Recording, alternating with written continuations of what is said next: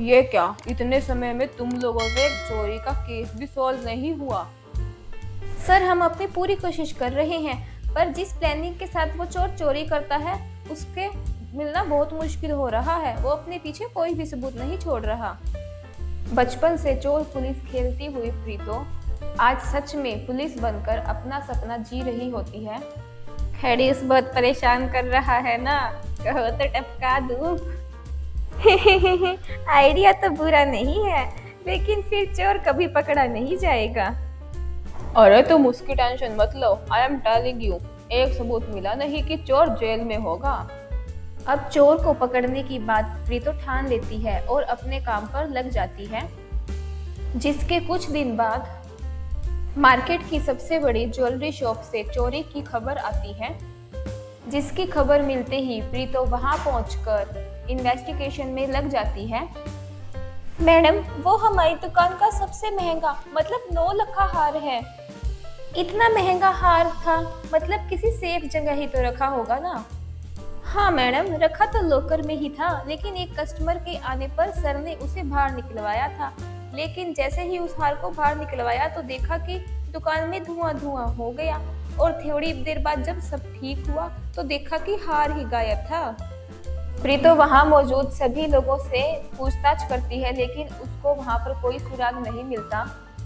इस बात को महीने गुजर जाते हैं। इसी बीच वहां पर कई बड़ी जगहों में दूसरी चोरियां भी हो जाती है, लेकिन एक भी बार प्रीतो को चोर का कोई भी सुराग नहीं मिल पाता, जिसके कारण प्रीतो केस छोड़ने का सोचती है।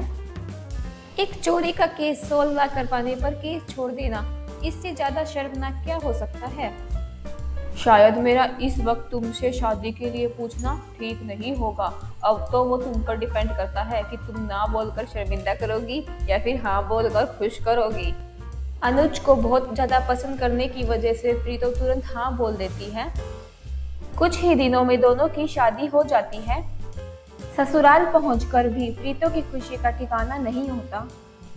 तभी एक रात उसकी पहली रसोई के बाद उसके ससुर जी उसको गिफ्ट में 9 लाख का हार देते हैं, जिसे देखकर प्रीतो हैरान रह जाती है।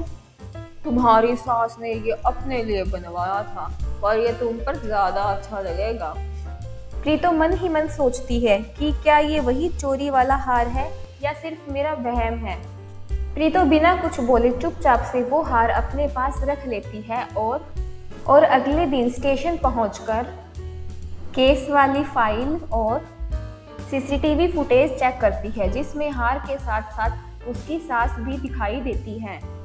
तो मेरा शक बिल्कुल सही था, ये वही चोरी वाला हार ही है, और देखो तो चोर भी मेरे सामने ही है। इसी शक के साथ प्रीतो सीधा घर आकर उसकी सास के सामने कन्फ्रंट कर देती है। कितना समय लगा दिया तुमने एक औरत को ढूंढने में। मुझे तो लगा ही नहीं था कि तुम्हारा कंप्यूटर इतना स्लो है, एक औरत को ढूंढने में इतना समय लगा दिया। ओह सॉरी, पर अब मैं उस औरत को जेल में डालने में ज्यादा समय नहीं लगाऊंगी। ठीक है, बस तुम्हारी पूरी लाइफ, इससे ज्यादा समय नहीं लगेगा। सास की बात सुनकर प्रीतो कंफ्यूज हो जाती है, जिस पर वो सीसीटीवी फुटेज दोबारा देखने की सोचती है। जब प्रीतो सीसीटीवी फुटेज देखती है तब उसे समझ आता है कि सीसीटीवी फुटेज में सास कहीं भी चोरी करते हुए दिखाई नहीं दे रही, और बिना सबूत के प्रीतो अपनी सास को गिरफ्तार नहीं कर सकती थी। प्लान तो आपने अच्छा किया था, लेकिन एक दिन तो कोई ना कोई गलती जरूर होगी ना, और तब मैं आपको जेल में जरूर डालूंगी। हाँ, मैं जानती हूँ कि तुम्हें एक न एक दिन सच्चाई जरूर मिलेगी, लेकिन ओहो जेल जाना, इसमें तो बहुत डाउट है बेटा। इस सब को एक चैलेंज समझकर प्रीतो दोबारा काम पर लग जाती है, जिसमें वो फिर से पुरानी फाइलों की जांच से लेकर हर समय सास पर कड़ी नजर रखती है। फिर भी उसको सास के खिलाफ कोई सबूत नहीं मिलता।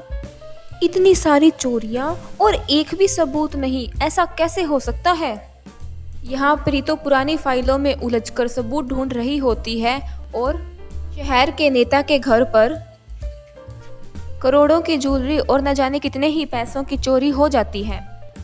जिसको सुनते ही प्रीतो अपनी सास के पास पहुंचती है, जो घर पर बैठे टीवी पर वही न्यूज़ देख रही होती है। नेता के घर चोरी, आपको पता भी है वो कितना खतरनाक इंसान है, आपको कोई दूसरा नहीं मिला था? हाँ तो क्या हुआ, लोगों के पैसे लूटकर आराम से सो रहा था वो, तो क्या हुआ, मैंने लोगों से लूटा हुआ धन ही उसे वापस ले लिया। वैसे भी अब भी इस मोटी चर्बी वाले पर बैंक बैलेंस पे कोई फर्क नहीं पड़ने वाला इसको। ओह अच्छा, अब इतनी चोरियां करने के बाद आपको लोगों की फिक्र होने लगी है। प्रीतो की बातों से सास पर कोई प्रभाव नहीं होता और वो वहां से चली जाती है। लेकिन सास की बात से कंफ्यूज प्रीतो दोबारा पुलिस स्टेशन पहुंचती है। तब उसके दिमाग की घंटी बजती है। एक मिनट, मम्मी तो घर पर टीवी देख रही थी, तो ये कैसे पॉसिबल हो सकता है? इस एक पॉइंट के साथ प्रीतो फिर से सारी फाइलें और सीसीटीवी फुटेज देखती है और उसे एक सुराग मिलता है, जिसको देखकर वो हैरान हो जाती है और वो फिर दोबारा अपनी सास के पास पहुंच जाती है। मानना पड़ेगा, आप तो बहुत बड़ी खिलाड़ी निकली, या फिर ऐसा कहूँ कि आप दोनों। आखिर तुमने मेरा बादशाह ढूंढ ही लिया। हाँ, अब सास नहीं तो ससुर ही सही, एक को तो जेल में जाना ही होगा। अगर मुझे जेल में ही डालना था तो पुलिस लेकर आती तुम, ऐसे नहीं। वो इसलिए क्योंकि मुझे आप लोगों से पूछना था कि आखिरकार क्यों आप लोग ये सब चोरियां क्यों कर रहे हो। जब अनुज को ये बात पता चलेगी तो आपने सोचा है उस पर क्या बीतेगी। ये तो ये सब बात बोल ही रही होती है, तभी टीवी पर एक और न्यूज आने लग जाती है, जो कि कमिश्नर के घर हुई होती है। आज सुबह ही कमिश्नर के घर हुई चोरी, जिसमें कमिश्नर के घर से 10 लाख रुपए गायब हो चुके हैं। सुना है कि चोर ने और किसी भी चीज को हाथ नहीं लगाया, सिर्फ 10 लाख रुपए लेकर ही भाग गया वो। क्या ये चोरी एक मिस्ट्री है? आप दोनों तो यहाँ पर हो, फिर ये चोरी? कुछ समय तक किसी का कोई जवाब ना आने पर प्रीतो को अब सब कुछ समझ आने लगता है और वो बौखलाहट में बाजू वाले सोफे पर अपना सर पकड़कर बैठ जाती है। ये घर है या गुनहगारों का अड्डा? मतलब इतनी सारी प्लानिंग प्लॉटिंग, मैं सोच रही थी ये सब मैं केस सॉल्व करने के लिए कर रही हूँ, पर मुझे क्या पता था कि आप सब मिलकर मुझसे जानबूझकर ये सब करवा रहे हैं। कहाँ है आपका बेटा? आने ही वाला है अनुज भी। प्रीतो हम मानते हैं कि ये सब प्लान था, लेकिन अनुज तुमसे सच में बहुत प्यार करता है। इतनी देर में ही अनुज चोरी के पैसों के साथ घर वापस आ जाता है। ओह हाँ, शादी तो कैसा लग रहा है मिस्टर अनुज आपको आपके प्लान में कामयाब होकर? ये शादी भी तो इस प्लान का हिस्सा ही होगी ना। और अब तो मैं किसी को सच भी नहीं बोल सकती, क्योंकि मैं कुछ किसी को क्या बोलूंगी, इससे तो मेरे ऊपर भी सारा शक आएगा ना।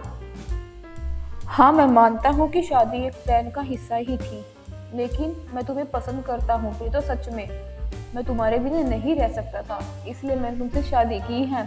और हाँ, कमिश्नर के घर पर चोरी जरूरी थी, और हाँ, नेता के घर भी चोरी जरूरी थी। ये वही लोग हैं प्रीतो जो लोगों का शोषण कर करके पैसा लूटते हैं, तो हमने इनसे पैसे चोरी कर लिए, तो हमने कोई गुनाह नहीं किया है। आप लोगों ने चाहे ये एक अच्छी सोच के साथ किया होगा, लेकिन है तो ये गलत ही ना। मैं अब किसी को ये सच्चाई नहीं बता सकती, लेकिन मैं यहाँ पर भी नहीं रह सकती, जा रही हूँ मैं।